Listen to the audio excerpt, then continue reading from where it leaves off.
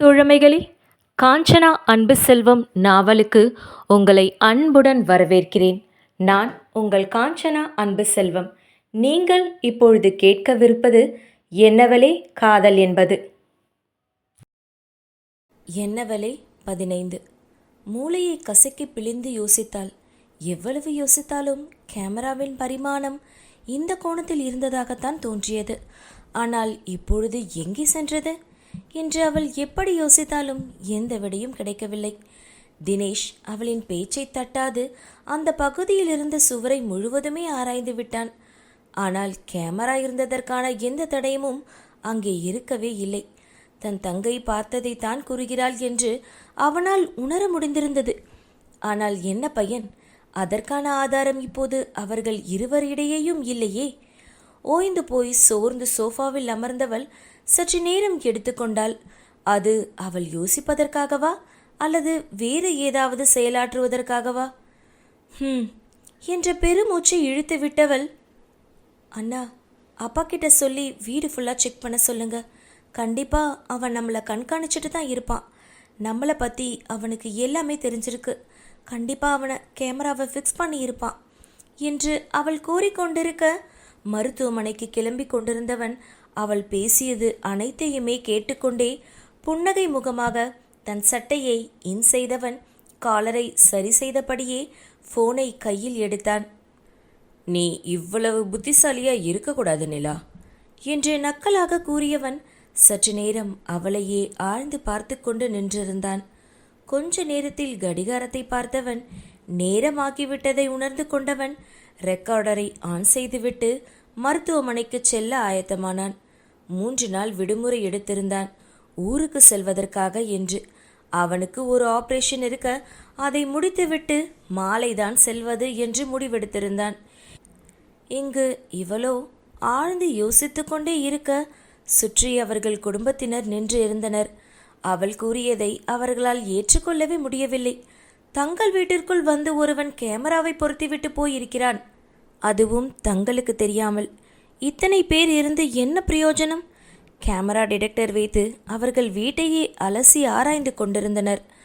அவர்கள் அழைத்திருந்த காவல்துறையினர் நான்லியன் junction detector NLJD என்று அழைக்கப்படும் அந்த எலக்ட்ரானிக் சர்க்கியூட்டையும் வைத்துதான் ஆராய்ந்து கொண்டிருந்தனர். அதை உபயோகித்து எந்த விதமான கேமராவையும் கண்டுபிடித்து விட முடியும்.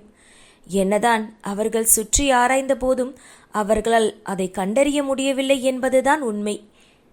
எங்கேயும் இல்லை சார் என்று கையை விரித்து கொண்டுதான் நின்றனர். அவளுக்கு சலிப்பாக இருந்தது. அவன் தன்னை இன்னுமே கண்காணித்து கொண்டிருக்கிறான் என்றுதான் தோன்றியது. அதில் அவளுக்கு எந்த ஐயமும் இல்லை. இவ்வளவு செய்தவன் தன்னை வீட்டில் விட்டு சென்ற பிறகு அவளை கண்காணிக்காமல் இருப்பானா என்ன?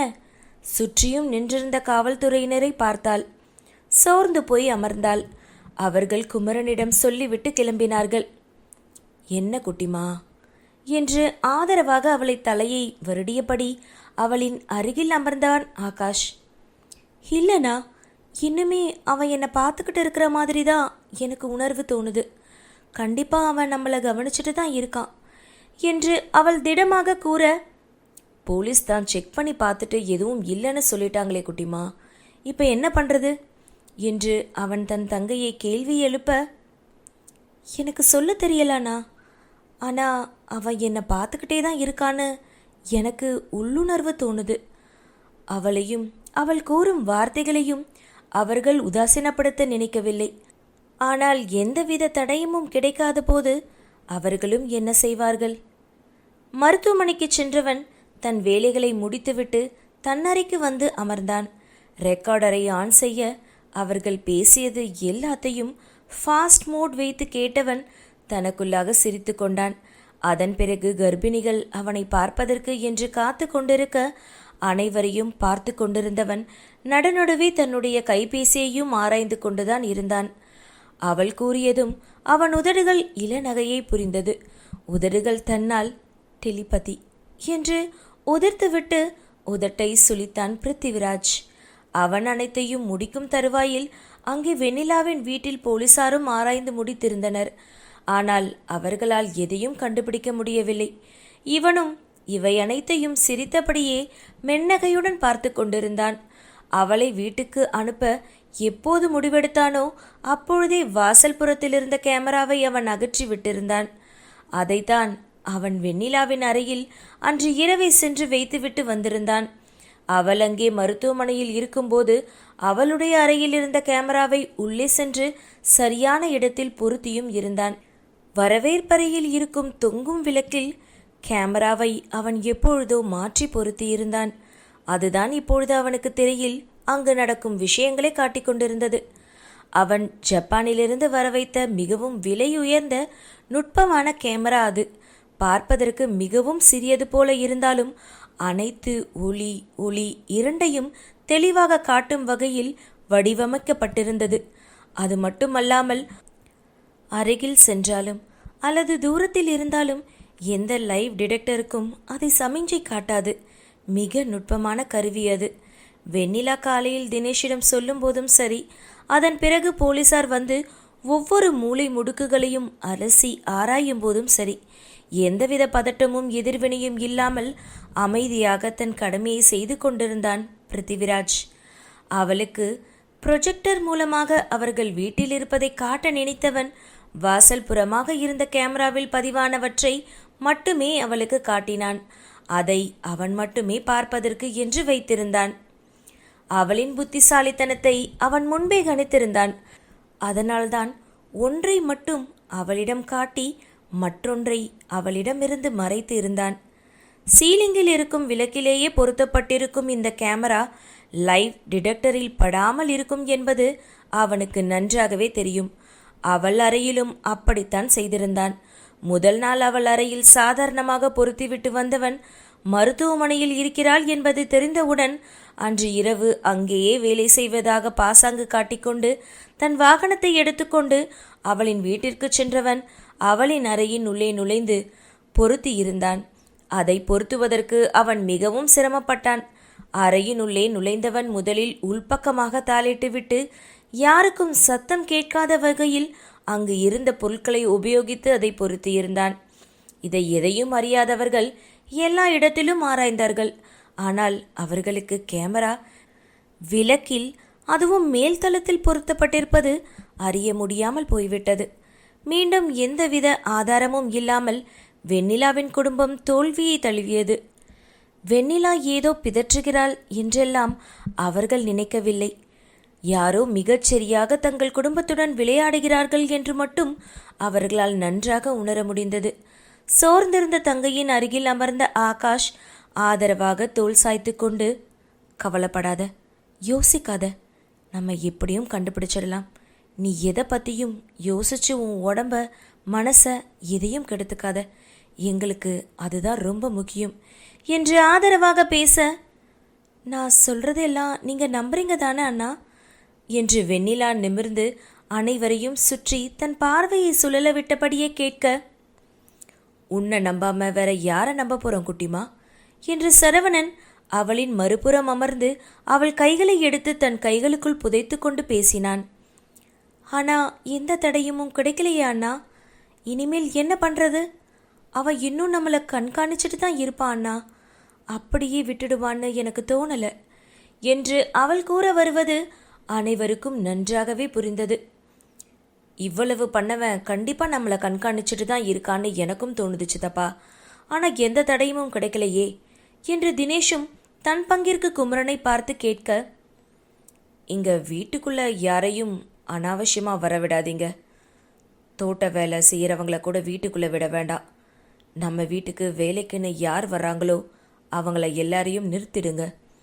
நான் லைட் டிடெக்டில் இன்னும் ஏதாவது அட்வான்ஸ் டெக்னாலஜி இருக்கான்னு விசாரிக்க சொல்கிறேன் என்று குமரன் கூற, என்ன நடந்துச்சோ அதை மாற்ற முடியாது, ஆனால் இனிமேல் எதுவும் நடக்க விடாமல் பார்த்துக்கணும். அதுக்கு என்ன பண்ணணும்? சித்தப்பா சொல்கிற மாதிரி நாம் எல்லாரும் இன்னும் ரொம்ப ரொம்ப கவனமாக இருக்க வேண்டியது அவசியம் என்று ஆகாஷ் கூறிக்கொண்டிருக்க அனைவருமே அதற்கு ஆமோதிப்பாக தலையாட்டினார்கள். அவர்கள் வீட்டு வேலைக்கு என்று வரும் காவேரி அம்மாள் மிகவும் நம்பிக்கைக்குரிய ஒருவர்தான். நிறைய வருடங்களாக வந்து கொண்டிருக்கிறார். மேல் வேலைகளுக்கு மட்டுமே அவரை வைத்திருந்தனர். சமையல் வேலை செய்வதெல்லாம் வீட்டு பெண்களின் வேலைதான். அதுபோல சுத்தம் செய்வதும் வீட்டில் உள்ளவர்கள் பார்த்து கொள்வார்கள். காவேரி அம்மாவின் வேலை வரவேற்பறை, சமையலறை அத்தோடு மட்டுமே முடிந்துவிடும். தத்தமது வேலைகளை அவரவர்கள் செய்து கொள்வது போலத்தான் பழக்கப்படுத்தி இருந்தார்கள். இன்றளவும் அப்படித்தான். இப்பொழுது அவரையும் நிறுத்த சொல்லி இருந்தார் குமரன். இதற்கு மேல் வீட்டு ஆட்களை தவிர வேறு யாரையும் நம்ப தயாராக இல்லை. குமரன் சொல்வதே சரி என்று அனைவருக்கும் பட அனைவரும் அதற்கு சம்மதித்திருந்தனர். காவேரி அம்மாளை தவிர அந்த வீட்டில் ஒரு தோட்டக்காரன், ஒரு வாகன ஓட்டி என்று இருந்தார்கள். காலை மாலை என்று 2 காவலாளிகள் வந்து செல்வார்கள். ஆனால் அவர்கள் வாசலில் மட்டுமே இருப்பார்கள். குமரனுக்கு என்று வரும் வாகனம் போலீஸ் பாதுகாப்புடன் அவர்களை கூட்டிச் சென்று கூட்டி வந்து விடுவார்கள். மற்றவர்கள் தத்தமது வாகனத்தை அவர்களே பயன்படுத்தி கொள்ள வீட்டில் பெண்களுக்கென்று ஒரு வாகன ஓட்டியை மட்டுமே நியமித்திருந்தார். இப்பொழுது அவர்கள் இருவரையும் கூட நிறுத்துவதா என்ற கேள்விக்கு, ஒன்று அவங்கள வீட்டுக்குள்ளே விடக்கூடாது, அதை நம்ம எப்பயும் கவனிச்சுட்டே இருக்க முடியாது, எல்லாரையும் கொஞ்ச நாளைக்கு வர வைக்காம பார்த்துக்கிறது தான் நம்மளுக்கு நல்லது என்று கணேசனும் கூற, அந்த உடன்படிக்கைக்கு அனைவருமே சம்மதித்து அதற்கான வேலையில் இறங்கினார். காவேரி அம்மாள் உட்பட மற்ற இருவருக்குமே 3 மாத சம்பளத்துடன் கூடிய விடுமுறையை அளித்திருந்தனர். வேலையை செய்யாமல் சம்பளம் என்று வர அவர்களும் சற்று மன நிம்மதியுடன் பெற்றுக்கொண்டு சென்றனர். காவேரி அம்மாவிற்கு மிகவும் மன வருத்தமாகி இருந்தது. ஆனால் என்ன செய்துவிட முடியும்? அமைதியாக சம்பள பணத்தை வாங்கி கொண்டு சென்று விட்டார். தன்னுடைய சாண்ட்ரோ காரில் அவன் ஊருக்கு செல்வது என்று முடிவு செய்து மருத்துவமனையில் 3 நாட்கள் விடுமுறை அறிவித்துவிட்டு தேவையான வேலைகளையும் திறம்பட செய்து முடித்துவிட்டு அன்று வீட்டுக்கு வந்தவன் ஊருக்கு கிளம்பியிருந்தான். அவர்கள் பொறுத்தவரை அவன் ஜெர்மனியில் இருந்து திரும்பி வருகிறான். அவன் இங்கு வந்து 1 வருடங்களுக்கு மேல் ஆகிவிட்டது என்று பாவம் அவர்களுக்கு தெரியாது. தெரிந்திருந்தால் அதற்கான காரண காரியங்களை யோசித்திருப்பார்கள் அல்லது கேட்டு தெரிந்து கொண்டிருப்பார்கள். கேட்டாலும் அவன் உண்மையை சொல்ல போவதில்லை என்கின்ற போதிலும் இந்தியாவிற்கு திரும்பி வந்தவன் ஏன் தங்கள் ஊருக்கு அல்லது வீட்டிற்கு வராமல் இங்கு எங்கோ தங்கி வேலை செய்து கொண்டிருக்கிறான் என்ற எண்ணம் தோன்றியிருக்கும். அடிக்கடி வந்து பார்த்துவிட்டாவது சென்று இருப்பார்கள். அதெல்லாம் இருக்கக்கூடாது என்று நினைத்ததால் தான் அவனும் தன் மாமன் குடும்பத்திடம் அதை பற்றி சொல்லவில்லை. அவன் வாகனம் அந்த வீட்டின் உள்ளே நுழையும் போது சரியாக அதை அறிந்து கொண்டவர்கள் போல வீட்டின் உள்ளே இருந்து முன்வாசலுக்கு வந்தனர் செல்வியும் மீனாட்சியும். இரவெல்லாம் வண்டி ஓட்டி வந்ததின் களைப்பு அப்பட்டமாக அவன் முகத்தில் தெரிய மீனாட்சி இன்முகமாக வரவேற்று அவனை உள்ளே அழைத்துச் சென்றார். சொக்கலிங்க கவுண்டர் ஏதோ ஒரு பஞ்சாயத்திற்காக வெளியே சென்றிருக்க, சந்தானம் தங்கள் தோட்டத்தை மேற்பார்வையிடுவதற்காக சென்றிருந்தான். எப்படி இருக்கீங்க தம்பி? பிரயாணம் எல்லாம் நல்லபடியாக ஆச்சுங்களா? ரொம்ப சோர்வாக தெரியுறீங்களே. நீங்கள் வருவீங்கன்னு உங்கள் அறையை சுத்தம் பண்ணி தான் வச்சுருக்கேன். போய் குளிச்சுட்டு வரீங்களா? காலை உணவை எடுத்து வச்சிடுறேன் என்று அவனுக்கு பேசுவதற்கே இடம் கொடுக்காமல் பரிவாக கேட்ட தன் அத்தையை பார்த்தவன், நான் நல்லா இருக்கிறேன் அத்தை, நீங்கள் எப்படி இருக்கீங்க?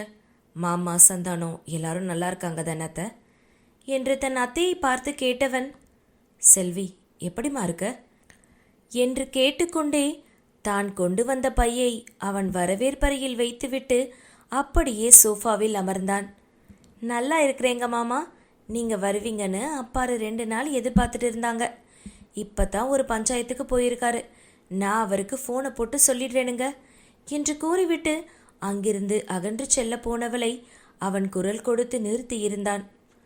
அப்புறம் சொல்லிக்கலாம் செல்வி, மாமா வேலையை முடிச்சிட்டு வரட்டும் என்று செல்வியின் புறம் திரும்பி சொன்னவன் தன் அத்தையை நோக்கி, சந்தானம் எங்க அத்தை என்று கேட்டவனிடம் தண்ணீர் சொம்பை நீட்டினார்.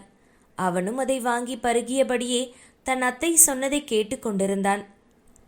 தோப்புக்கு போயிருக்கிறானுங்க தம்பி. இன்னைக்கு தேங்காய் குத்தகை எடுக்க வராங்க. அதுதான் கணக்கு வழக்க பார்க்க போயிருக்காரு. காலையிலே லாரி வந்துருச்சுன்னு போயிருக்காங்க. வர நேரம்தானுங்க தம்பி, சத்த நேரத்தில் வந்துடுவான்.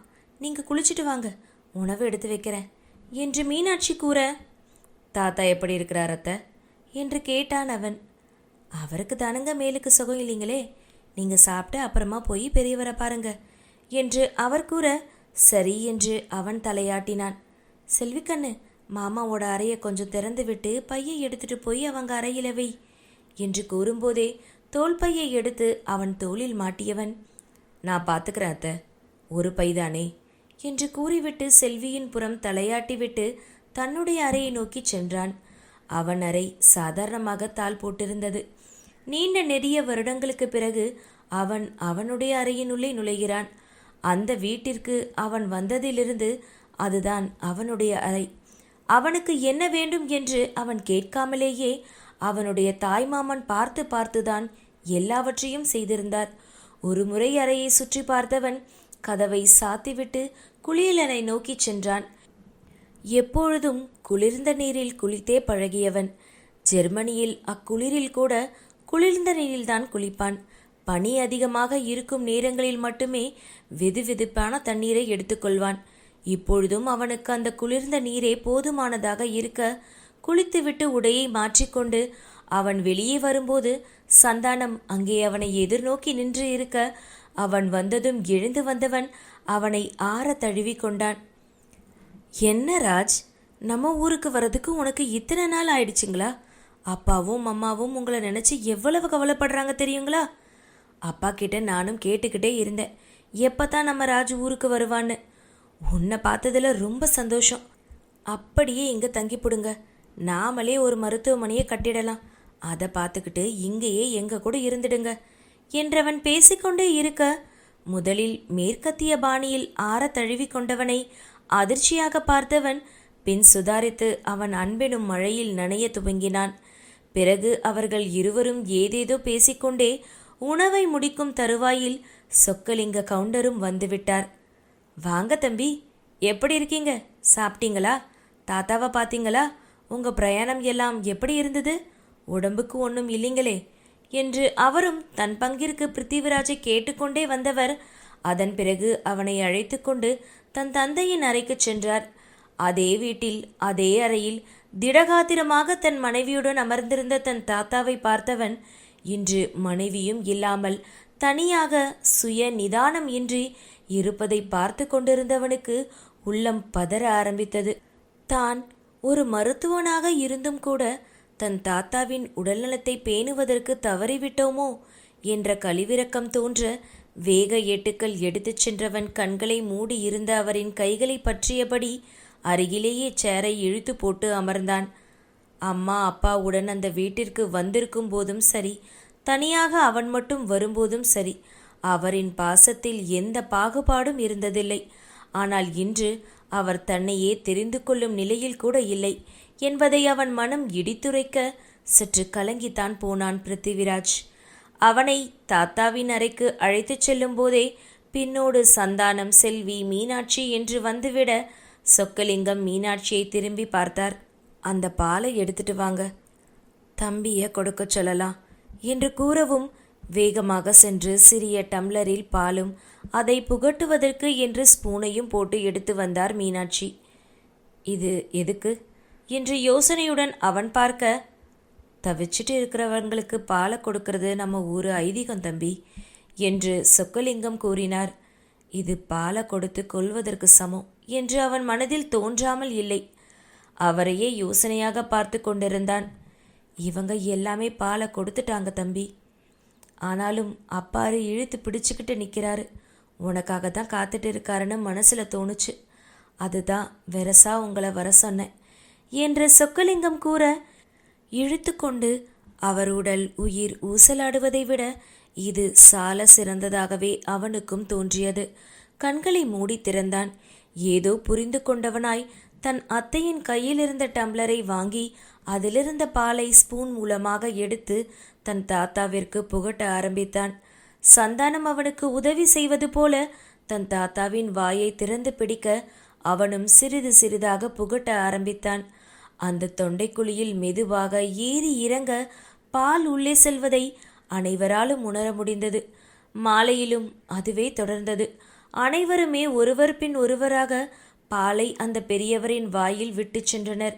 உண்மையிலேயே தன் பேரனை பார்ப்பதற்காகவோ அல்லது தன் இருப்பை உணர்வு பூர்வமாக உணர்த்துவதற்காகவோ தன் உயிரை தேக்கி வைத்து கொண்டிருந்தாரோ என்னவோ. காலையில் பால் விடும்போது கூட தொண்டைக்குழி ஏறி இறங்க உள்வாங்கியவர் மாலையில் அது அடங்கி இருந்தது. ஊத்திய பால் எல்லாம் வெளியே வழிய ஆரம்பிக்க அவனுக்கு சந்தேகம் எழ தன் தாய் மாமனிடம் நிறுத்த சொல்லிவிட்டு தன் தாத்தாவின் பல்ஸை பரிசோதித்தான். நாடி துடிப்பு சிறிது சிறிதாக அடங்குவதை அவனால் உணர முடிந்தது. உடனே சந்தானத்திடம் கூறியவன் தன் அறையில் உள்ள பேகை எடுத்து வரச் சொல்ல அவனும் சற்று பதற்றத்துடன் சென்று எடுத்து வந்தான். அதிலிருந்த ஸ்டெத்தஸ்கோப்பை எடுத்தவன் இருதய துடிப்பையும் கவனிக்க அதுவும் அடங்கிக் கொண்டிருப்பதை வெளிப்படுத்தியது. அவர்கள் அனைவரின் முன்னிலையிலும் சற்று நேரத்தில் அந்த பெரியவரின் உயிர் துடிப்பு அடங்கிவிட கண்களை மூடி தன்னை சமன் செய்தவன் அவரையே பார்த்து கொண்டிருந்த அனைவரையும் பார்த்து அவர் உயிர் பிரிந்து விட்டதை அனைவருக்கும் தெரிவித்தான். பெண்கள் இருவரும் கதறிக்கொண்டு அழ ஆரம்பித்தனர். அதன் பிறகு வேலைகள் ரெக்கை கட்டி பறக்க ஆரம்பித்தது. உற்றார் உறவினர்களுக்கு அவருடைய இறப்பை தெரியப்படுத்துவது, சிறப்பாக அவரை வழி அனுப்பி வைக்க வேண்டிய ஏற்பாடுகளை செய்வது என்று அனைவரும் அதில் மும்முரமாகிவிட எவ்வளவோ உயிர்கள் போவதை பார்த்திருந்தவனுக்கு தன்னுடைய சொந்த தாத்தாவின் உயிர் போகும் அந்த நொடியை உணர்ந்த தருணம் ஏதோ ஒரு சொல்ல முடியாத பேரலை அவனை ஆட்கொள்வது போல தோன்றியது.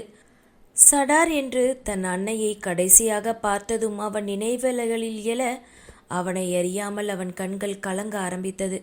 தன்னை கட்டுப்படுத்தி கொள்ளவே நேரம் எடுத்துக்கொண்டான். அன்று யாருமே உறங்கவில்லை. அக்கம் பக்கத்தினர், உற்றார் உறவினர்கள் என்று வீட்டிற்கு படையெடுத்தனர். ஒவ்வொரு சொந்தங்களாக அப்படியே வந்த வண்ணம் இருந்தனர். பொழுதும் புலர்ந்துவிட வீடு ஜனங்களால் நிரம்பி வழிய ஆங்காங்கே அழுக்குரலும் ஒப்பாரி சத்தமும் கேட்டு கொண்டிருந்தது. ஏனோ அது அவனின் பழைய சிறுவயது நினைவுகளை தட்டி எழுப்ப வல்லதாக இருந்தது. வயதானவர் என்பதாலும் நிறைய நாட்கள் படுக்கையிலேயே இருந்தவர் என்பதாலும் சீக்கிரமாகவே அவரின் உடலை நல்லடக்கம் செய்வது என்று முடிவெடுக்கப்பட்டது. ஏனோ சொந்தங்கள் சூழ ஆரம்பித்ததும் அவன் தன் அறைக்குள் தஞ்சம் புகுந்து கொண்டான். அறிந்தவர்களை பார்ப்பதை அவன் எப்பொழுதுமே விரும்ப மாட்டான். ஆனால் இன்று எப்படி இருந்தாலும் எதிர்கொண்டுதான் ஆக வேண்டும் என்று இருந்த நிலையில் நேரம் வரும்போது பார்த்து கொள்ளலாம் என்று சற்று ஒதுங்கியே இருந்தான். அவன் அறை கதவை தட்டிவிட்டு உள்ளே வந்த செல்வி, மாமா, சொந்தக்காரங்க எல்லாம் உங்களை கேட்டுக்கிட்டு இருக்காங்களா? அப்பாரு உங்களை வெளியே வந்திருக்க சொல்றாங்க என்று கூறினாள். நீ போ செல்வி, நான் வரேன் என்று கூறியவன் உடனே எழுந்து செல்லாமல் சற்று நேரம் கடத்திவிட்டுத்தான் வெளியில் சென்றான். சில பேர் அவனிடம், எப்படி இருக்கீங்க தம்பி என்று பொதுப்படையாக குசலம் விசாரித்தனர்.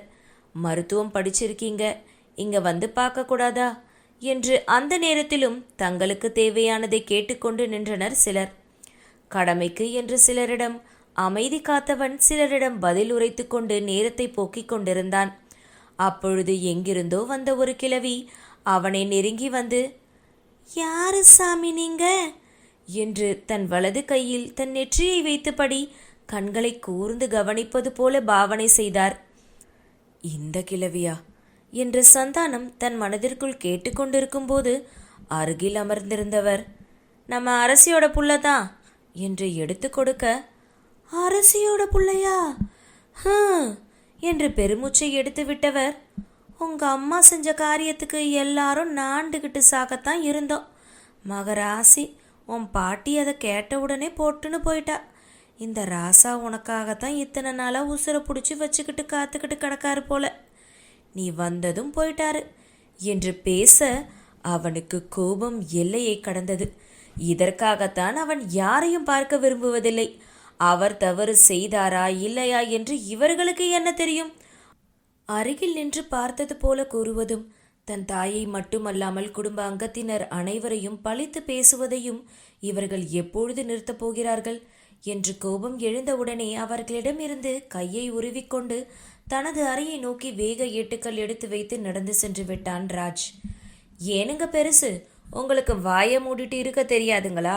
ரொம்ப வருஷம் கழிச்சு வந்திருக்காங்க, அவங்கள ஏன் நோண்டிக்கிட்டு கிடக்கீங்க என்று சந்தானம் அந்த கிழவியை பார்த்து கடுப்பாக கேட்டுவிட்டு பிருத்திவிராஜின் பின்னோடு சென்றான். இது எதையும் அறியாத சொக்கலிங்க கவுண்டர் தூரத்தில் இருந்த சொந்தங்களிடம் பேசிக் கொண்டிருந்தார். அப்பொழுது உள்ளே சலசலப்பு தென்பட என்ன என்று உள்ளே கவனிக்க ஆரம்பித்தார். ஊரின் வயதான புறம் பேசும் மூதாதியர் பிருத்திவிராஜிடம் ஏதோ சொல்ல அவர் கைகளிலிருந்து தன் கையை உருவிக்கொண்டு கோபமாக செல்லும் பிருத்திவிராஜையும் அவனின் பின்னோடு செல்லும் சந்தானத்தையும் பார்த்தவர் யோசனையாக அருகில் இருந்தவரிடம் விடை பெற்று கொண்டு வீட்டின் உள்ளே நடந்து வந்தார். பிருத்திவிராஜ் தன் அறைக்கு சென்றவன் வேக வேகமாக அங்கிருந்து துணிகளை எடுத்து தன் பையில் திணிக்க ஆரம்பிக்க அறைக்குள் நுழைந்த சந்தானம், ராஜு, பெருசுக்கு வேற வேலை இல்லை, எப்பயும் இப்படித்தான் மனசு நோகிற மாதிரி பேசிடும். வயசானவங்க ஏதோ புத்தி இல்லாம பேசுறாங்க, அவங்க சொன்னதுக்காக நீ எங்க கிளம்புற என்று அவன் கையை பிடித்து தடுத்து நிறுத்த பார்த்தான். இதுக்காகத்தான் நான் இங்க ஊருக்கே வர்றதில்ல, யாருக்கும் தெரியாம எங்கேயோ கண்காணாம இருக்கேன்.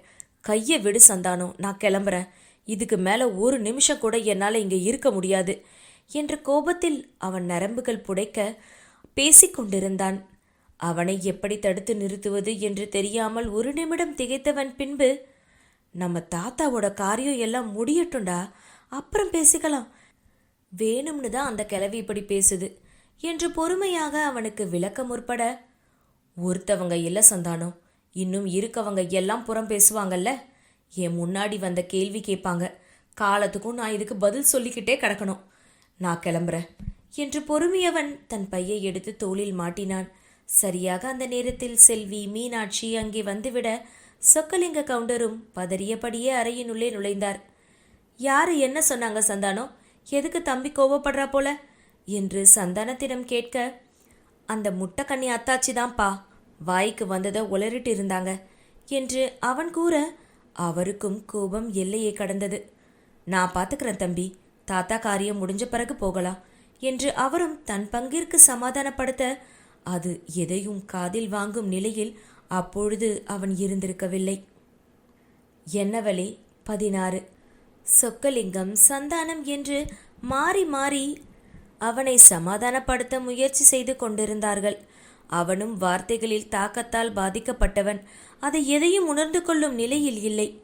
அதுக்குள்ள எனக்கு காரியம் பண்ணிடுவாங்க மாமா, நான் உயிரோட இருக்கணும்னு நினைச்சிங்கன்னா இந்த ஊருக்கே என்னை கூப்பிடாதீங்க என்று கூறியவன் தன் பேகை எடுத்துக்கொண்டு வெளியே வந்து விட்டான். அனைவரின் பார்வையும் அவனையே மொய்த்தது. ஆனால் அவன் அதை சற்றும் பொருட்படுத்தாமல் தன் வாகனத்தையும் உயிர்ப்பித்திருந்தான். சந்தானம் அவன் பின்னோடு வந்து கெஞ்சினான். ஆனால் எதையும் காதில் வாங்கும் பொறுமை பிருத்திவிராஜிடம் இல்லாமல் போனது. அந்த பெரியவர் கூறிய வார்த்தைகள் அவன் காதுகளில் ஒலித்து கொண்டே இருக்க சந்தானத்தின் வார்த்தைகள் அவன் செவிகளுக்குள்ளே கூட செல்லவில்லை. வாகனத்தை உயிர்ப்பித்தவன் மின்னல் வேகத்தில் அங்கிருந்து கிளம்பினான். புழுதி பறக்கச் செல்லும் அந்த வாகனத்தையே அங்கு கூடியிருந்தவர்கள் பார்க்க ஆரம்பிக்க சொக்கலிங்க கவுண்டரின் மனதிற்குள் மிகவும் வேதனையாக இருந்தது. அவன் அங்கு ஊருக்கு வந்து கிட்டத்தட்ட 6-7 வருடங்களுக்கு மேல் ஆகிறது. ஒவ்வொரு முறையும் அவன் வரும்போது இதே போல ஏதாவது ஒரு நிகழ்வு நிகழ அதன் பிறகு அவன் வருவதையே நிறுத்திவிடுகிறான். இவர்தான் அவனை சென்று பார்த்து வந்து கொண்டிருந்தார். அவனை பார்ப்பதற்கென்று அவருக்கும் சந்தானத்திற்கும் மட்டும் பாஸ்போர்ட் விசா என்று அப்ளை செய்து வைத்திருந்தார். இந்த மக்கள் ஏன் தங்களை நிம்மதியாக வாழ விடமாட்டேன் என்கிறார்கள் என்ற எண்ணம் மேலெழுந்து அவரை கொல்லாமல் கொன்றது. கடந்த கால கசப்புகள் நடந்து முடிந்து 25 வருடங்கள் கடந்துவிட்ட போதும் சொல் அம்புகளால் அவர்கள் குடும்பத்தையே தீண்டுவதை இவர்கள் நிறுத்தவே மாட்டார்களா? பாவம், இதில் பிருத்திவிராஜின் தவறுதான் என்ன? எந்த தவறும் செய்யாமல் அவனை ஏன் வதைத்து கொண்டிருக்கிறார்கள்? இதற்காகத்தான் அவன் எங்கோ யாருக்கும் தெரியாத ஊருக்கு சென்று வாழ்கின்றான் என்று அவருக்கு நன்றாகவே தெரியும். ஆனால் பாசம் கொண்ட மனது அவனை தனியாக விட மனம் ஒப்பவில்லை. அவனை பார்த்தே ஆக வேண்டும் என்ற ஆவலும் பெருக்கெடுப்பதை அவராலும் தடுக்க முடியவில்லை. இதோ பாடையில் இருக்கும் இவர் கூட அவனுக்காக எவ்வளவு ஏங்கினார் என்பது அவர்கள் குடும்பம் மட்டுமே அறிந்த ஒன்று. கோபத்தின் உச்சியில் வண்டியை எடுத்தவன் உத்தம பாளையத்தை நோக்கி வண்டியை விரட்ட ஆரம்பித்து விட்டான். ஆனால் போக போக அவன் மனது சற்று மட்டுப்பட்டது. கோபம் அவன் கட்டுக்குள் வந்தது. யோசிக்க ஆரம்பித்தான். அவனுக்கு என்று இருப்பது சொற்ப சொந்தங்களே. அதிலும் இந்த வயதானவர் தன்னுடைய உரிமையான கடைசி சொந்தம். உண்மையில் தனக்காகவே உயிரை கையில் பிடித்து நிறுத்தி இருந்திருக்கிறார் போல.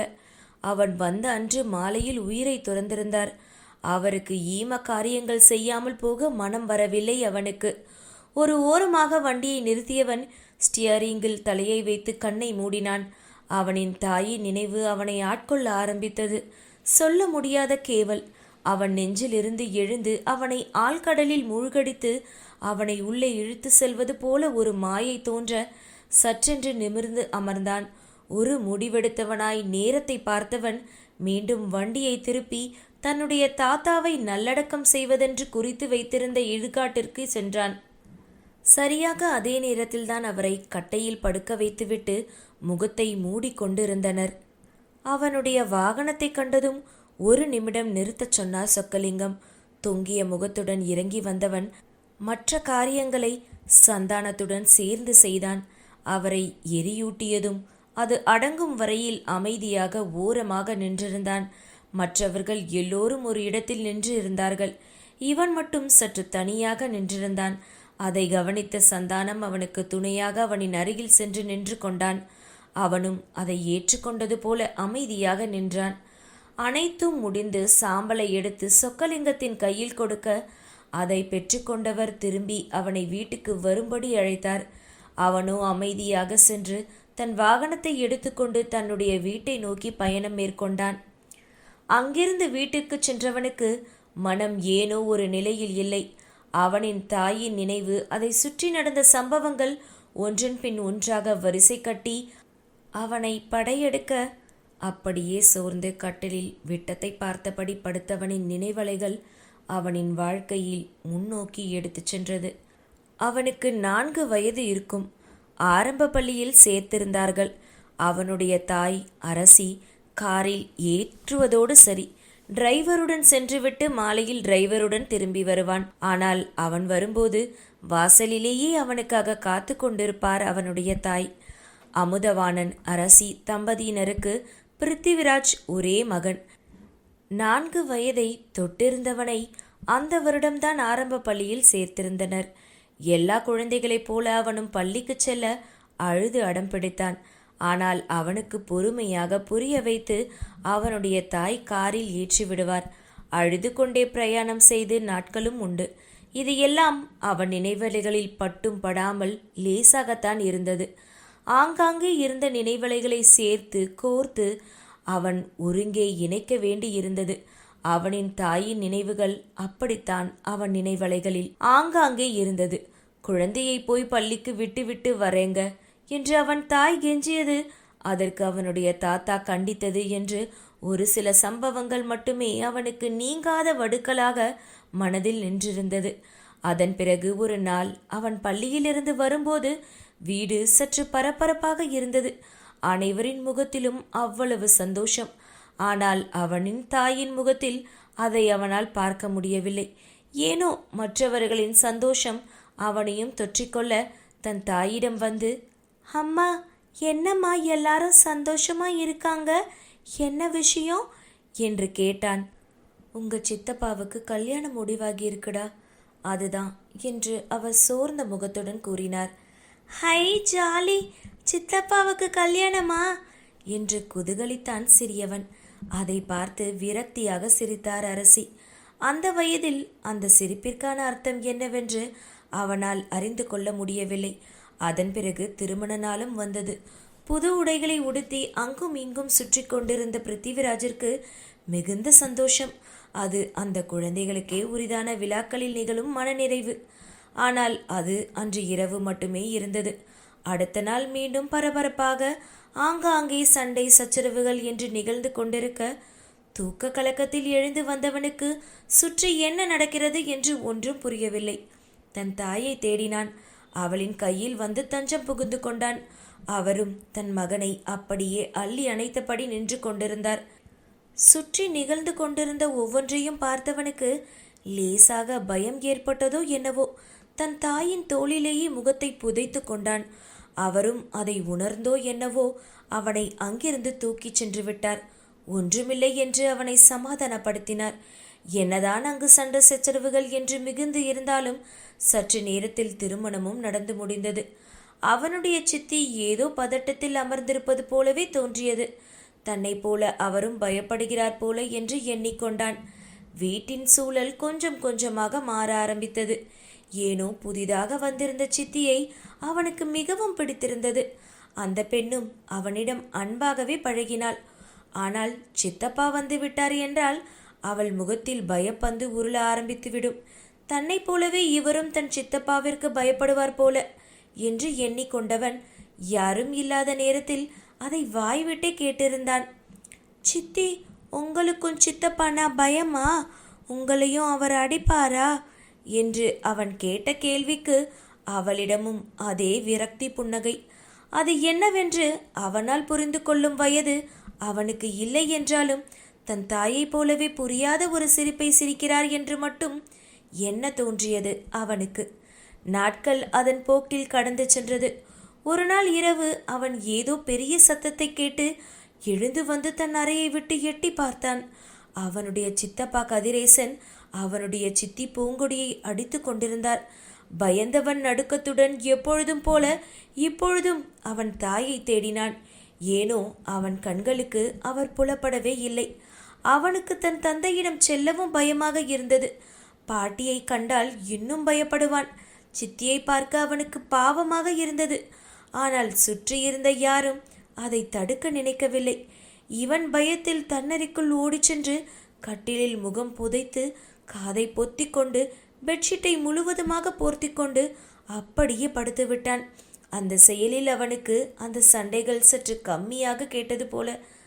அப்படியே பயத்தில் படுத்திருந்தவன் உறங்கியும் விட்டான். அடுத்த நாள் அவன் எழுந்தபோது வீட்டில் அழுக்குரலும் ஒப்பாரி சத்தமும் கேட்டது. தயங்கி தயங்கி ஒளிந்து மறைந்து வந்து அவன் எட்டி பார்க்க அவனுடைய பாசமான சித்தி வரவேற்பறையில் கண்களை மூடி மாலையும் கழுத்துமாக படுத்திருந்தார். ஏனோ அதை பார்க்கும்போது அவனுக்கு பயம் அதிகமானது. இப்பொழுதும் அவன் தன் தாயை தேட அவரோ தன் சித்தியின் அருகில் அமர்ந்தபடி கதறி அழுது கொண்டிருந்தார். தன் தாயிடம் செல்வதா வேண்டாமா என்று தயக்கம் அவனுக்கு அதிகமாகவே இருந்தாலும் சுற்றியிருந்த யாரும் அவனுக்கு தெரிந்த முகங்களாக இல்லை. மாடி வரவேற்பறை கம்பியில் தலையை கொடுத்தபடி அங்கேயே நின்று கீழே நடப்பதை வேடிக்கை பார்த்து கொண்டே நின்றிருந்தான். அவன் சாப்பிட்டானா இல்லையா, அவனுக்கு ஏதாவது தேவையா என்று கேட்க யாரும் அங்கே இல்லை. பசி எடுத்தது. ஆனால் அதை யாரிடம் சொல்வது என்று கூட தெரியாமல் அழுதபடி அங்கேயே நின்றவன் அப்படியே சரிந்து அமர்ந்தான். ஆனால் அவன் பார்வை மட்டும் பூங்கொடியையும் அரசியையும் மாறி மாறி பார்த்து கொண்டே இருந்தது. எதற்கென்றே தெரியாமல் அவன் கண்களிலிருந்து கண்ணீரும் வழிந்து கொண்டே இருந்தது. ஒரு கட்டத்திற்கு மேல் கண்ணீரும் காலியாகிவிட்டது போல அப்படியே அமர்ந்திருந்தவன் சோர்ந்து அங்கேயே உறங்கிவிட்டான். அதன் பிறகு அவன் கண் விழித்த போது அவனுடைய கட்டிலில் படுத்திருந்தான். அருகில் அவனுடைய தாய் அவன் தலையை வருடிவிட்டபடியே இருந்தார். எழுந்து அமர்ந்தவன், அம்மா பசிக்குதுமா என்று கேட்டான். சற்று நேரத்தில் அவரும் உணவை கொண்டு வந்து அவனுக்கு ஊட்டிவிட்டார். அவர் கண்கள் சிவந்து முகமெல்லாம் வீங்கி அவரை பார்ப்பதற்கே அவனுக்கு சற்று பயமாகத்தான் இருந்தது. அம்மா, சித்தி எழுந்துட்டாங்களா? அவங்களுக்கு எதுக்கு மாலை போட்டிருக்காங்க? அவங்க ஏன் அவங்க ரூம்ல தூங்காம ஹாலில் தூங்குறாங்க என்று அவன் கேட்ட கேள்விகளுக்கு அவரிடம் பதில் இல்லை. வெறும் விசும்பல் மட்டுமே. அம்மா, நான் எதுவும் கேட்கல, அழாதீங்க என்று அவர் கண்களை துடைத்து விட்டான் சிறியவன். அதன் பிறகு தன் தாயிடம் நிறைய மாற்றங்களையும் அவனால் உணர முடிந்தது. அது என்னவென்று அவனுக்கு வரையறுக்க தெரியவில்லை. ஆனால் அவர் சிரித்து பார்த்து நெடு நாட்களாகிவிட்டது போல தோன்றியது. சில நேரங்களில் அவனே தானாக கிளம்பி பள்ளிக்கு செல்லும் நிலையும் ஏற்பட்டது. அப்பொழுது அவன் ஆரம்ப பள்ளியின் அடுத்த வகுப்பில் இருந்தான். அன்று ஒரு நாள் அவர்கள் வீட்டில் அனைவருமே எங்கோ கிளம்பி சென்றனர். போலீஸ் என்று சொல்லப்படும் காக்கி உடைகள் அணிந்து இருந்தவர்களையும் பார்க்க நேரிட்டது. எட்டி எட்டி பார்த்தவன் அன்று பள்ளிக்கு கூட செல்லவில்லை. மாலையானது, இரவானது. அவன் தாய்க்காக காத்து கொண்டிருந்தான். ஆனால் அவர் வரவே இல்லை. இரவு அவளின் தாய் மாமனின் குடும்பம் மட்டுமே அவனை தேடி வந்தது. தாத்தா, பாட்டி, அத்தை, மாமா என்று அவனை பிடித்து கதறிக்கொண்டு அழுதனர். எதற்கு அழுகிறார்கள் என்று அவனுக்கு புரியவில்லை. அடுத்த நாள் புரிந்தும் புரியாமலும் இருந்தது. இதுபோல அவனுடைய சித்தியை அவன் பார்த்தான். பின்பு அவர் வரவே இல்லை.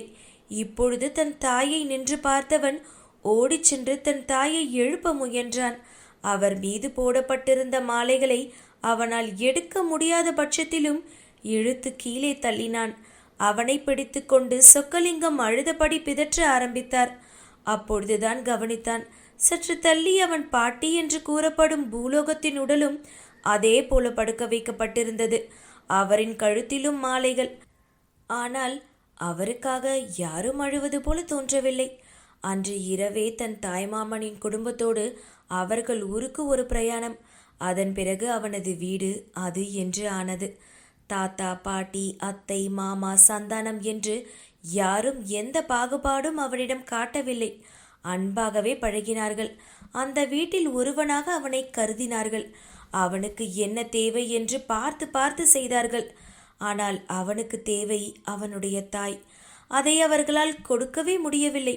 கொடுக்கவும் முடியாது என்று அவனுக்கு தெரிந்ததோ என்னவோ. அவன் தன் தாய் மாமனிடம் அதை பற்றி கேட்கவே இல்லை. எப்போதுமே அவர்கள் வீட்டில் சிறு கூட்டம் இருந்தது. ஏதோ சில சலசலப்புகள் இருந்தது. அடுத்து ஒரு வாரத்திலேயே அவனுடைய தாய் வழி பாட்டியும் அதே நிலையில் படுக்க வைக்கப்பட்டிருந்தார். அவனுக்கு புரிந்தது ஒன்றுதான், இத்தோடு இவரையும் தன்னால் பார்க்க முடியாது என்று. அவனுடைய தொடக்கமும் முடிவும் என்று இருந்த தாய் அவனுக்கு இல்லாமலே போய்விட்டார். இன்றளவும் அவரை பார்க்காத ஏக்கம் அவன் மனதில் நீண்டு கொண்டேதான் இருந்தது. நாட்கள் அதன் போக்கில் செல்ல ஆரம்பித்தது. சந்தானம் படிக்கும் பள்ளியிலேயே 1ஆம் வகுப்பை சேர்த்து விட்டிருந்தார் சொக்கலிங்கம். இருவருமாக ஒன்றாகவே பள்ளிக்கு சென்று ஒன்றாகவே திரும்பி வந்தனர். வீடை விட்டால் பள்ளி, பள்ளியை விட்டால் வீடு என்று மட்டுமே இருந்தான். சந்தானத்துடன் சேர்ந்து அவர்கள் தோட்டத்திலேயே விளையாடுவான். அவர்களுடன் சேர்ந்து தோட்டக்காரரின் மகனும் கூட்டு சேர்ந்து கொள்ள அவர்கள் இளமை காலம் அப்படியே சென்றது. வெளியே விசேஷங்களுக்கு சொக்கலிங்கமும் மீனாட்சி மட்டுமே சென்று வருவார்கள். பிள்ளைகள் இருவரையும் பெரியவரின் பொறுப்பில் ஒப்படைத்துவிட்டு செல்வார்கள். இப்படியே நாட்கள் செல்ல 4ஆம் வகுப்பை எட்டி இருந்தனர். அப்பொழுதுதான் செல்வி பிறந்திருந்தாள். இருவருக்குமே சின்ன குழந்தையை பார்த்ததும் மிகுந்த சந்தோஷம். அவள் எப்பொழுது வளர்வாள், அவளுடன் சேர்ந்து விளையாடலாம் என்று அத்தையிடம் கேட்டுக்கொண்டே இருப்பான். ஆனால் அந்த சந்தோஷம் பிருத்திவிராஜின் வாழ்க்கையில் நிலைக்கவில்லை. அவன் தாயை மறந்துவிட்டான் என்று சொல்ல முடியாது. ஆனால் மறக்க வைக்க அவர்கள் குடும்பம் முயற்சி செய்து கொண்டிருந்தனர். இரவில் அவனுடைய தாயின் எண்ணம் அவனுக்கு வலுக்கும். ஆனாலும் அவன் அதை தேற்றிக்கொள்வான். இப்படியே நாட்கள் சென்றது. பள்ளியில் அவன் வயது உடைய சக மாணவர்களும் அவனை விட பெரிய மாணவ மாணவிகளும் அவனை பார்த்து ஏதோ புறம் பேசுவது போல தோன்றியது. டேய் சந்தானோ, அவங்க ஏதோ என்னை பற்றி தான் பேசுகிறாங்க போல, என்னை பார்த்து பார்த்து பேசுகிறாங்கடா என்று பிருத்திவிராஜ் அதை கவனித்து சந்தானத்திடம் கூறுவான். சந்தானமும் அவன் திசையை மாற்ற செய்வான். நீ ஏதாவது கற்பனை பண்ணிக்காத என்று அங்கிருந்து அழைத்து சென்று விடுவான். இப்படியே நாட்கள் செல்ல 5ஆம் வகுப்பிற்கு அடி எடுத்து வைத்திருந்தனர். சற்று மனமும் உடலும் வளர்ந்திருந்தது என்று தான் கூற வேண்டும். அன்று வீட்டிற்கு வந்த குடும்பத்தை சேர்ந்த வயதான தம்பதியினர் இருவர் மீனாட்சியிடம் பேசிக்கொண்டிருக்க அப்பொழுது சொக்கலிங்கம் அங்கே வந்தார். அவர்களை பார்த்துவிட்டு கடமைக்கு என்று புன்னகை உதிர்த்துவிட்டு அகன்று செல்ல பார்த்தவரை பிடித்து நிறுத்தியவர்கள் அவரிடம் பேச ஆரம்பித்தனர். அவரும் வேறு வழியில்லாமல் அங்கே அமர்ந்து பேசிக்கொண்டிருக்க அப்போதுதான் பள்ளியிலிருந்து சந்தானமும் பிருத்திவிராஜும் திரும்பினார்கள். அவர்களை பார்த்தவுடன், இவன் உன் மகனா சொக்கலிங்கோ என்று கேட்க, ஆமாம் என்று சந்தானத்தை பிடித்து நிறுத்தி வைத்து கூறியவர் அடுத்து அவர்களின் பார்வை செல்லும் திசையை பார்த்து, இது என் தங்கச்சி மகன் என்று அவர்களுக்கு அறிமுகப்படுத்தி வைத்தார். இவனை எதுக்கு சொக்கலிங்கம் வீட்டில் வச்சுக்கிட்டு இருக்க? அவங்க அம்மா பண்ண அசிங்கம் போதாதுன்னு இவனும் எதையாவது இழுத்துட்டு வந்து வைக்க போறான் என்று கூறினார்கள். அவனுக்கு ஒன்றும் புரியவில்லை. ஆனால் சொக்கலிங்கம் சடார் என்று எழுந்து விட்டார். எங்க வீட்டில் வந்து எங்க பிள்ளைங்களையே தப்பா பேசுவீங்களா? முதல்ல கிளம்புங்க இங்கிருந்து என்று கூறினார். வந்தவர்களுக்கு மிகவும் அவமானமாகி போய்விட்டது. அவர்களும் அதை பொறுத்து கொள்ள முடியாமல், எங்க வாயை மூடிடுவீங்க? ஊர்ல இருக்க எல்லார் வாயையும் மூட முடியுமா? இல்ல எங்களை வீட்டை விட்டு வெளியே அனுப்பிட்டா உங்க தங்கச்சி பண்ணதெல்லாம் இல்லைன்னு ஆயிடுமா? அதுதான் ஊரு உலகம் ஃபுல்லா நாறுதே. பத்தாம பேப்பர் டிவியில் எல்லாத்துலேயும் வந்து இந்த ஊர் மானத்தையும் உங்கள் குடும்ப மானத்தையும் வாங்கியாச்சே, அப்புறம் என்ன என்று அவரும் விடாமல் அங்கலாய்க்க, அது முடிஞ்சு போன விஷயம், அது எங்கள் குடும்ப விஷயம், நாங்கள் பார்த்துக்கிறோம், நீங்கள் கிளம்புங்க என்று கையெடுத்து கும்பிட்டபடியே அவர்களை வெளியே போகச் சொல்ல, அது இன்னும் அவர்களுக்கு அவமானத்தை கொடுக்க பொறுமையவர்கள் இன்னும் ஏதேதோ பேசிக்கொண்டே வெளியில் சென்றனர். அந்த சின்ன வயதில் அவனுக்கு அது புரிந்தும் புரியாமலும் இருக்க சற்று உடல் நடுங்க நின்றிருந்தவனை ஆதரவாக கட்டி அணைத்து கொண்டார் சொக்கலிங்கம்.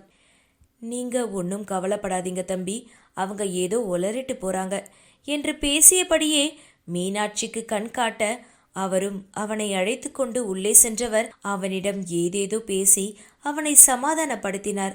அதன் பிறகு பள்ளியிலும் அதே மாதிரி பேச்சுக்கள் அவன் காது படவே வர என்ன என்று புரியாமல் விழித்தவன் ஒரு நாள் மாலை தன் தாத்தாவிடம் வந்தவன், தாத்தா, வெளியவும் ஸ்கூல்லையும் எல்லாரும் என்னை ரொம்ப அசிங்கமா பேசுறாங்க, நான் என்ன தப்பு பண்ண, எதுக்கு என் அம்மாவை பத்தி ஏதேதோ பேசுறாங்க என்று கலங்கிய குரலில் கேட்டான். அவரோ, ஒன்றும் இல்லப்பா, அதை பற்றி எல்லாம் நீ யோசிக்காத, உன்னோட படிப்பு மட்டும் கவனி என்று அவனுக்கு பல அறிவுரைகளை கூறினார். மற்றொரு நாள் சொக்கலிங்கத்தை பள்ளியில் அழைத்திருந்தனர். என்ன ஏது என்று அவர் சென்று பார்க்க பிருத்திவிராஜ் 2 மாணவர்களை அடித்ததாக கூறி அவர்களை காட்ட இரத்த வெள்ளத்தில் நின்றிருந்தனர் 2 மாணவர்கள். அவனா இப்படி செய்தான் என்று பதறியவர் அவனிடம் விஷயம் என்னவென்று கேட்க, இவங்க எல்லாம் எங்கள் அம்மாவை தப்பு தப்பாக பேசுகிறாங்க மாமா, எங்கள் அம்மா பற்றி பேசுகிறதுக்கு இவங்களுக்கு யார் உரிமை கொடுத்தது?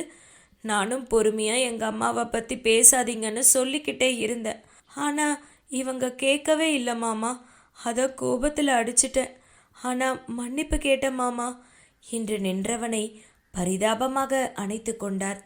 எல்லாத்தையும் பண்ணிட்டு மன்னிப்பு கேட்டால் சரியா போச்சா என்று அந்த மாணவர்களின் பெற்றோர்கள் சண்டைக்கு வர அவர்களை சமாதானப்படுத்துவதற்கே சொக்கலிங்கத்திற்கு போதும் போதும் என்று ஆகிவிட்டது. அதன் பிறகு நிறைய பேச்சுக்கள் இப்படியே வர அவனால் அந்த ஊரிலேயே இருக்க முடியாது என்று தோன்றிவிட்டது. யார் கூறினார்கள், எப்படி தெரிந்து கொண்டான் என்றெல்லாம் தெரியவில்லை. ஒரு நாள் தன் தாய் மாமனிடம் வந்து நின்றவன், என்னை எங்கேயாவது தூரமாக சேர்த்து விட்டுடுங்க மாமா, இங்கே எனக்கு இருக்க பிடிக்கல என்று நின்றான். வெறும் 5ஆம் வகுப்பு படிக்கும் 9 வயதை மட்டுமே தாண்டியவன் கூறும் வார்த்தைகளா இவை என்று சற்று அதிர்ந்தவர், இல்லைங்க தம்பி, அப்படியெல்லாம் எங்களால் உங்களை தனியாக விட முடியாது என்று கூறினார். நான் இங்கே இருந்தால் செத்துடுவேன் மாமா, தயவு செஞ்சு என்னை ஏதாவது கண் காணாத தேசத்தில் இல்லை ஊர்லேயோ சேர்த்து விட்டுடுங்க, எனக்கு யாரும் வேணாம், எதுவும் வேணாம் என்று கதறி அழுதான். செய்வதறியாது விழித்தது சொக்கலிங்கம் மீனாட்சி மட்டுமல்ல, அவனுடைய தாத்தாவும் தான். அருமை பெருமையாக வளர்த்தார் 2 குழந்தைகளையும். ஊரார் மெச்ச நல்ல இடம் என்று தான் கட்டி கொடுத்தார். இப்படி ஒரு பழி சொல்லுக்கு அந்த குடும்பத்துடன் சேர்ந்து அவர்களுடைய குடும்பமும் ஆளானது மட்டுமல்லாமல் தன் மகளின் மீதும் மீளாத பழியை சுமந்து கொண்டு இருக்கிறார். அவள் இந்த உலகத்தை விட்டு சென்று விட்டாலும் அவளின் மகன் அந்த வடுக்களையும் பழிச்சொற்களையும் அனுபவித்து கொண்டிருக்கிறான் என்பது அவர்களுக்கு நன்றாகவே புரிந்தது. அவர்களிடம் நன்றாக பேசும் சிலர், அவர்களுக்கு பின்னால் பேசுபவர்களும் அவர்கள் காதில் விழுந்து கொண்டேதான் இருக்கிறது. யாரோ ஒருவர் செய்த தவறுக்கு அந்த குடும்பத்தையே கட்டம் கட்டி அனைவரும் தவறு செய்வது போல பேசுவது தானே இந்த சமூகத்தின் நியதியாகிவிட்டிருந்தது என்று நொந்து கொண்டவர்கள் அவனுக்கு எவ்வளவோ எடுத்து கூறியும் அவன் பிடிவாதமாக அதே நிலையில் நின்றுவிட வேறு வழியில்லாமல் ஊரில் பிருத்திவிராஜின் சொத்துக்களை கவனித்து கொண்டிருக்கும் வக்கீலிடம் அதை பற்றி பேசியவர் உத்தரகாண்ட் மாகாணத்தில் உள்ள ஒரு புகழ்பெற்ற தங்கி படிக்கும் பள்ளியில் அவனை சேர்த்திருந்தார். விடுமுறை நாட்களில் கூட அவன் அங்கு வரமாட்டேன் என்று அடம்பிடிக்க ஏதேதோ சமாதானங்கள் கூறித்தான் அவர் வீட்டிற்கே அழைத்து வருவார். அப்படியே வந்தாலும் அவன் அறையை விட்டு வீட்டை விட்டு வெளியே செல்ல மாட்டான். அந்த நேரங்களில் வீட்டிற்கு யாரையும் வர வைப்பதை கூட அவர் அனுமதிக்க மாட்டார். வருகிறவர் போகிறவர்கள் எல்லாம் அவன் மனதை பாதிக்க வைக்கக்கூடாது என்பதில் அவரும் கவனமாக இருந்தார். நாட்கள் உருண்டோடச் செல்ல ஆரம்பிக்க அவனும் சற்று வளர்ந்து விட்டான். அப்பொழுது புறம் பேசுவோர் பேசிய பேச்சுக்கள் எல்லாம் அவனுக்கு புரிந்தும் புரியாமலும் இருக்க இப்பொழுது அது நன்றாகவே புரிய ஆரம்பித்தது. கூனி குறுகி போனவன் ஊருக்கு வருவதையே நிறுத்திவிட்டான். வேறு வழி இல்லாமல் இவர்கள்தான் குடும்பத்துடன் அங்கு சென்று பார்த்து வந்தனர். பள்ளி படிப்பை முடிக்கும் போது மெடிக்கல் படிக்க இருப்பதாகவும் அதை வெளிநாட்டில் படிக்க இருப்பதாகவும் கூறிவிட்டான். இந்தியாவில் இருக்கும்போதே தங்கள் ஊருக்கு வராதவன் வெளிநாட்டிற்கு போனால் எப்படி வருவான் என்று பயமும் பதட்டமும் சொக்கலிங்கத்தின் குடும்பத்திற்கு வலுப்பெற அவனிடம் கெஞ்சினார்கள், கொஞ்சினார்கள். ஆனால் டீனேஜ் பருவத்தில் இருக்கும் அவன் திடமான முடிவை எடுத்துவிட்டுத்தான் தங்களிடம் அதை வெளிப்படுத்துகிறான் என்பதை அவர்களாலும் சில நாட்களில் புரிந்து கொள்ள முடிந்தது. சிறு வயதிலேயே அங்கேயே தங்க பிடிக்காமல் வேறு மாநிலத்திற்கு சென்று படிக்கிறேன் என்று அடம் பிடித்தவன் இப்பொழுது யாருக்கும் தெரியாத கண்காணாத ஊருக்கு சென்று படிக்கிறேன் என்று நிற்க, அவனை எவ்வளவு சமாதானப்படுத்தியும் சமாதானமாகாமல் இருக்க வேறு வழியில்லாமல் அவனை ஜெர்மனியில் உள்ள புகழ்பெற்ற மருத்துவக் கல்லூரியில் சேர்த்திருந்தார்.